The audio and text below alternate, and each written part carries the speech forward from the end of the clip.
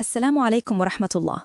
Today, with clear evidence, we will uncover who the Shia are, what their different sects are, how they began, and what the Prophet ﷺ foretold about the divisions within this ummah. And if you are someone who follows the Sunnah and takes pride in your faith, write the word Sunnah in the comments. Let's see how many hearts are still holding firmly to the truth. So here's our first question. It is often said that the Shia cannot prove their beliefs with authentic chains of narration going back to the Prophet ﷺ. How accurate is this claim? Bismillahir Rahmanir Rahim. Wassalatu wassalamu ala Rasulillahi sallallahu alayhi wasallam. The Shi'at's central doctrines, such as the infallibility of Imams and the idea of a divinely appointed succession, do not rest on any authentic Hadith chain traced back to the Prophet sallallahu alayhi wasallam, even by their own standards. Rather, these ideas emerged later through unreliable narrations and historical circumstances. And the Prophet sallallahu alaihi wasallam had already warned us that division would occur in this ummah just as it happened among previous nations. He said, the Jews split into 71 sects, the Christians into 72, and my ummah will split into 73. When the Prophet ﷺ said, my ummah, who exactly was he talking about? He meant the ummah of response, those who said the shahada, La ilaha illallah, Muhammadur Rasulullah, but there are actually two kinds of ummah. The ummah of invitation, meaning all of humanity, since the message of Islam is for everyone. The ummah of response, those who actually accepted Islam. And it's this second group that the Prophet ﷺ said would split into 73 sects. When did these sects start appearing? They began to appear towards the end of the time of the companions. The Khawarij and the Shia were the first, and then others followed, like Mu'tazila, Murji'ah, and Jahiniyyah, and others. The further people drifted away from the light of prophethood, the further some groups drifted away from Islam itself. Some even left Islam entirely while still claiming its name. And what about the Shia specifically? The Shia divided into many groups, so many that some scholars said more than 70 offshoots came just from them. Some of these groups are completely outside Islam, like the Nusayris, Alawites, Druze, Baha'i and Babi, Qaramita and Batiniyyah. They may call themselves Muslim, but in truth they are not. Other groups are still counted among the 73, but they are misguided, like the Zaydis and the Twelvers. Why do we hear so much focus on the Twelvers? Because today they are the largest and most influential Shi'at group. When someone says Shia, most people mean them. They even have their own state. But even within the Twelvers, there are 8 subgroups, and their divisions prove the Quran true. In the ayah, وَلَوْ كَانَ مِنْ عِنْدِ غَيْرِ اللَّهِ لَوَجَدُوا فِيهِ اخْتِلَافًا كَثِيرًا, which means, had it been from other than Allah, you would have found much contradiction in it. Their disagreements are not like the healthy differences we see among Sunni scholars of law. No, they are deep theological disputes, sometimes even calling each other disbelievers. How did Shi'ism begin in the first place? After the Prophet ﷺ passed away, the companions gave allegiance to Abu Bakr radiallahu anh as the first caliph, then to Umar radiallahu anh, then to Uthman radiallahu anh, then to Ali radiallahu anh. During the rule of Ali, after the Battle of Siffin, a man called Abdullah ibn Saba, a Jew who pretended to accept Islam, started spreading exaggerations about Ali, even claiming divinity for him.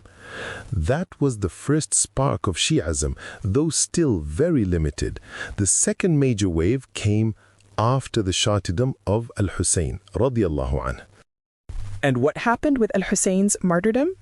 The truth is, it was the people of Iraq who invited him, who pledged allegiance to him, 18,000 of them, and then they betrayed him, they abandoned him, and ended up fighting him until he was killed. Even Shia scholars admit this.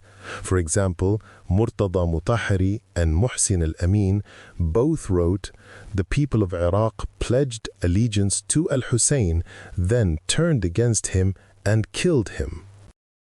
And what happened after the martyrdom of al-Husayn, may Allah be pleased with him? After al-Husayn was martyred in the year 61 AD, many people of Kufa were overwhelmed with regret and shame. They were the very ones who had invited him, only to abandon him in the end. To atone for this sin, they started what became known as the Movement of the Penitents, al-Tawabin. They rose up against the governor of Kufa at the time, Ubaydullah ibn Ziyad, and killed him in revenge for al-Husayn. What's important here is that these Tawabin were actually Sunnis in their creed. They did not hold any deviant beliefs. They simply acknowledged two great errors. First, abandoning al-Husayn, and second, pledging allegiance to Yazid. That's interesting. So up to this point, there wasn't yet a distinct sect with unique doctrines. When did the shift begin? The shift started when new figures entered the scene. One of the most prominent was Al-Mukhtar ibn Abi Ubaid al-Thaqafi. He initially joined the Tawabin, but later deviated, even claiming that revelation came to him. This was clear misguidance, and eventually he was killed by Musab ibn al-Zubair. Yet the traces of his call lingered among the people. As time went on, especially during the Abbasid era, Shia scholars such as al-Kumi, al-Kulaini, and al-Tusi compiled narrations attributed to the imams of Ahl Bayt. But most of these narrations did not meet the standards of Hadith scholarship. Many were weak or even fabricated. So how did people accept these narrations despite their weakness?